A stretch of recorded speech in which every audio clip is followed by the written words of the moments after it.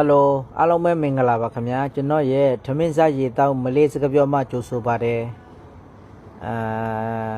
စာတူဆိုတာတစ်ဒူဝဆိုတာနှစ်တီဂဆိုတာသုံး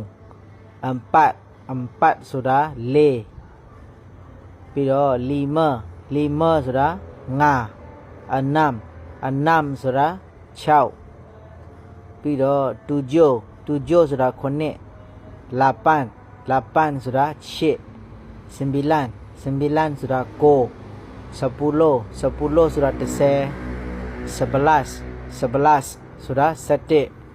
ဒူဝဘလတ်ဆိုတာ12ပြီးတော့ဒူဝဘလတ်ပြီးရင်တီဂါဘလတ်လာမယ်အမ်ပါဘလတ်လီမာဘလတ်အနမ်ဘလတ်တူဂျိုဘလတ်လာပန်ဘလတ်ပြီးတော့စင်ဘီလန်ဘလတ်19နော်19ပြီးတော့ဒူဝပူလိုဆိုတာ20ဒူဝပူလို21ကြတော့ဒူဝပူလိုစာတူ21ကြတော့ဒူဝပူလိုဒူဝပြီးတော့အဲ့လိုမျိုးပေါ့ဒူဝပူလိုဒူဝပူလိုတီဂါဒူဝပူလိုအမ်ပတ်ဒူဝပူလိုလီမာဒူဝပူလိုအနမ်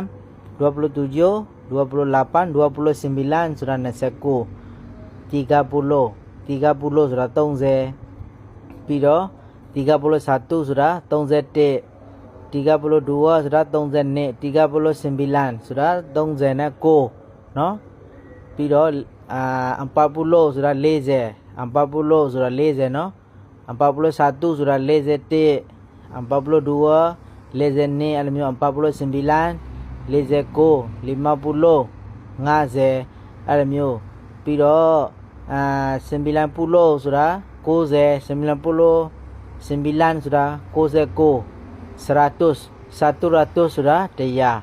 100ကို100လို့လည်းပြောလို့ရတယ်နော်100ဆိုတာတရားပဲနော်ဒီနေ့ကတော့တစ်ကနေတရားထီပဲသင်မယ်နော်တစ်ကနေတရားထီပဲသင်မယ်နော်ဟုတ်ကျေးဇူးပဲနော်ဒီမှာကဆယ်များတော့ရင်လည်းမကောင်းဘူးနော်မမှန်မိမှာဆိုလို့နော်များတော့လို့ရှိရင်မမှန်မိမှာဆိုလို့နော်